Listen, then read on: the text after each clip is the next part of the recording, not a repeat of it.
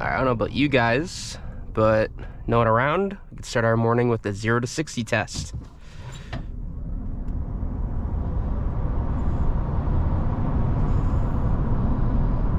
This F-150 Lightning may be 6,900 pounds, but with plenty of power, plenty of get up and all-wheel drive, this thing just cruises to 60.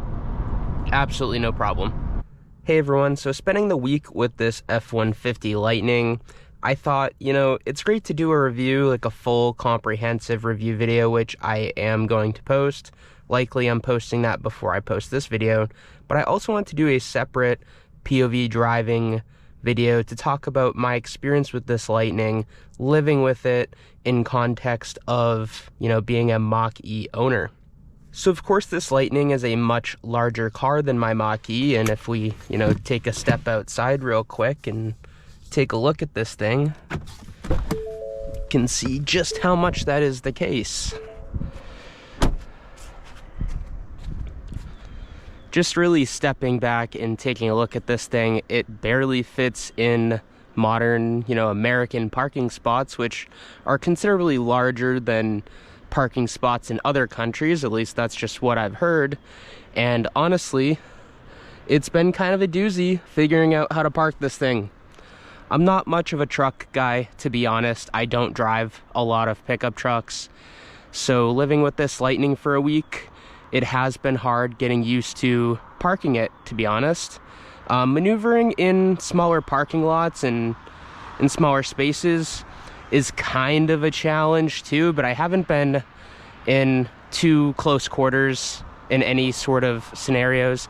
I am going to be driving this thing in Boston before I bring it back, and I will probably report in on that in a YouTube post.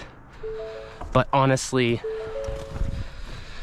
it hasn't been too bad in that context. It's really just frustrating in terms of parking, mostly because I'm not used to parking such a large vehicle. And there have been a couple cases where I've parked and I'm like, oh wow, I'm sticking out like 2.5 feet because there's a pole in my way, like there was at Wegmans. But needless to say, with my Mach-E, that is not really the case. I mean, that car fits everywhere. It is still larger and, of course has tons of practicality, which that's why I like it so much. I really do feel like it's the perfect size crossover. But this F-150 Lightning might just be a little too big for me. And it is comfortable in terms of space. Like, you just have tons of space and practicality. You can fit 3 people in these back seats, no problem. 3 adults too. Like, it's not like, you're really confined to just having like kids back there. And same goes for my Mach-E, but this is a much better suited road trip vehicle and just overall family vehicle with tons of utility, with the big truck bed and of course the frunk, the 9.6 kilowatt onboard power. I mean, there's just tons and tons of things I like about this F-150 Lightning that I don't necessarily have in my Mach-E. Number one actually would be the moonroof. The sunroof that opens up and you get tons of light and air into the cabin. I love that. My Mach-E, I do like the fixed glass roof, but I do wish on some especially beautiful days like we've had recently where it's been like 75, perfect, sunny, no humidity, that's when you're really wishing you had a sunroof in your Mach-E's. And of course we also have the rear window that opens too. And I mean, we still have these side windows and there's just no buffeting whatsoever. Like, you don't really have to worry about only having one window open or your sunroof open. There's actually a little shade that comes up that prevents, buffeting, and it's kind of just really a windscreen, which is great. Another key difference I noticed between this F-150 Lightning and my Mach-E is efficiency. So MPGe ratings, which I don't know necessarily how they calculate that, but my Mach-E I think is somewhere in the higher 90s, like maybe 97 or 99 MPGEs, whereas this is rated for 77. And so I was like already going into it expecting the efficiency to be quite a bit different. And of course, this is the F-150 Lightning Lariat, so it's pretty fully loaded. It's the second highest trim, and it has the extended range 131 kilowatt hour battery. So it's a big ins, right? We had 6,900 pounds. It's a heavy truck, and I understand why it would be inefficient. But with my time with it, you know, we've driven a collective almost 12 hours now, and we've put 2.3 miles per kilowatt hour. So it was actually a bit more efficient than the guys that brought it up. They were averaging 2.0, but they were doing a lot of highway driving to get to my house, so I completely understand that. And I did a lot of highway driving yesterday. It's definitely been mixed use for me. So that's really where I'm coming from as well. And so although I've been averaging 2.3 miles per kilowatt hour, and of course, you know, that's with no AC, no heat, most of the time no AC. And I've really just been using the windows a whole lot. So I mean, like, in the winter, it's probably going to be 1.8, 1.7 realistically, right? And so that is definitely where I'm like, oh wow, it's quite an inefficient vehicle. But you know, with a 131 kilowatt hour battery pack, and me charging at home, I am only on a 110. So realistically, if I were to own one of these F-150 Lightnings, I personally would want a level 2 charger at home. The nice thing about my Mach-E with my mixed work schedule, where like I'm work from home for 2 straight days, and then I'm in the field, and I do have to drive pretty far, you know, to Boston or Lexington or Newton, all really over you know, Massachusetts, where I live up in New Hampshire.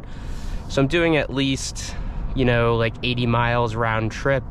That's like my bare minimum. So it's like I have the level 1 charger, and that works for my Mach-E because it's a bit more efficient, and you know, I'm letting it chill at home for 2 days, and it's a 91 kilowatt hour battery, so 40 less kilowatt hours to fulfill in terms of a battery capacity. You could also look at it on the side of like, oh well, you know, at full you're not you know, it's not as big of a battery pack, but you know, this thing only has a 320 mile range, whereas my Mach-E is 300 with the extended battery pack as well. And of course, both these are all-wheel drive, so not too much difference in terms of that. It's really just the size and weight of this truck, which makes it quite a bit more inefficient. Needless to say, I think the primary talking point and thought going into like the difference in driving characteristics between this and my Mach-E has been the ride quality. This thing just drives like I'm floating on a cloud. It is just absolutely perfect in terms of suspension setup. I mean, it's super floaty. Like, you go over these harsh bumps and you might bounce a tiny little bit in your seat, but you know, you can really tell that the suspension travel is soaking up a lot of that. And these big meaty tires, even though I have 20-inch rims, it just handles it so well. And I really wish my Mach-E was a little bit more soft of a suspension setup.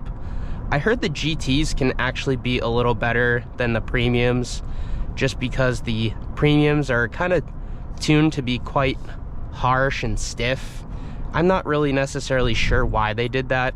Maybe they had to compensate for, you know, putting very efficient tires on it. Maybe if it was like super soft suspension along with, you know, not so grippy tires, you'd just kind of be ice skating around. I don't know. As far as size, you don't really notice it on the road. Of course, you notice it in parking lots, you notice it when parking, and, you know, on tight streets too. Like, I remember yesterday I was turning out of a parking lot, and, you know, I took a left and then I had to take an immediate right, but I had to wait to take the right because there was an oncoming car coming this way. And so I had my truck bed still kind of in the way of someone coming into the parking lot because of how tight it was, and I couldn't really swing wide enough to get my truck bed fully behind me going, you know, horizontally when, you know, I was kind of coming out like this, right? And so I noticed when the car pulled in, he slowed way down and came to a stop because he's like, you know, my truck bed's in the way. So you definitely can tell how long this thing is. As far as width, it's not too shabby. I definitely will say that if you park, you know, next to other cars, you're gonna notice that you're always pretty close to people. I'm personally someone who always parks far away just because I don't like getting door dinged. Like, I understand cars will never be perfect. Like, they're exposed to the climate, especially up here in New England where we get snow and salt.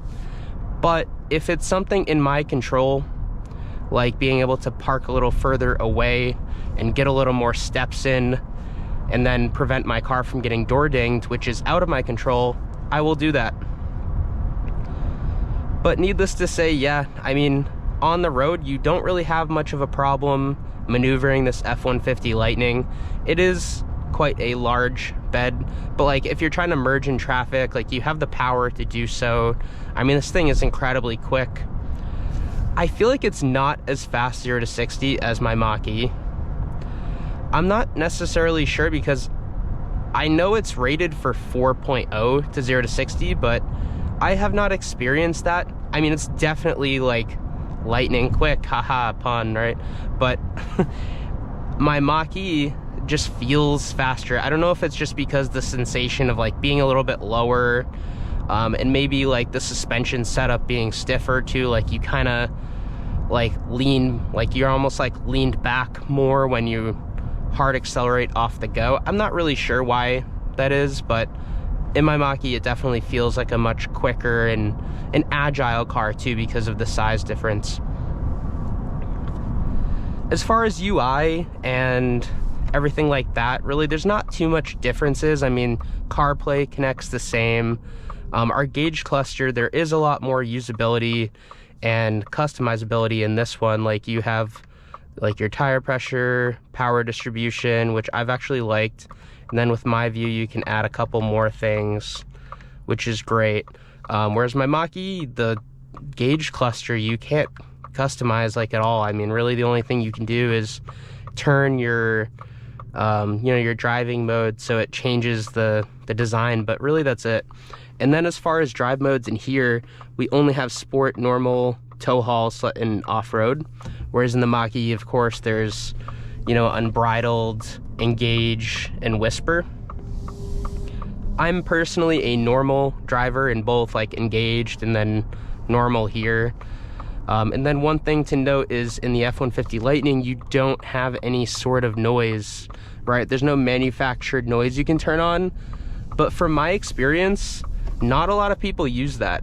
I mean, I was asking around when I first got my Mach-E in some of those groups, and yeah, no one uses it. I think mostly because the noise that they put in it, it's kind of just weird. It's a little bizarre. I mean, like you turn it on and it sounds like a manufactured V8, but it almost like kind of comes across as a vacuum cleaner. So it's not that nice to listen to. Whereas like maybe if they put like an actual V8 rumble in it, some people would use it. And I know Shelby makes like a speaker system that some people have. I think that's still kind of silly. So don't get offended if you have that. And you know, it's all subjective, right? Like I think if you have an electric car, you don't necessarily need a noise, but it is cool to have a couple different settings. So if they had, you know, other sounds, maybe I would play around with those. But in this Lightning, I haven't had the desire or need for that, honestly. So yeah, I'm just going to go get this thing vacuumed out now because I'm doing my full review. I'm recording that tomorrow with a special little scenery for you guys too. It's going to be at a cool spot. So definitely watch that if you haven't already, because it's going to be out before this video. And I appreciate and thank you all for your support, especially in terms of, you know, this is my first press car, so it really meant a lot to me that, you know, people watch that video and watch my other videos that have led to, you know, me getting this F-150 Lightning loaner. So with that being said, thank you again. Thank you for watching. Please like and subscribe if you haven't already. Thanks, guys. Bye.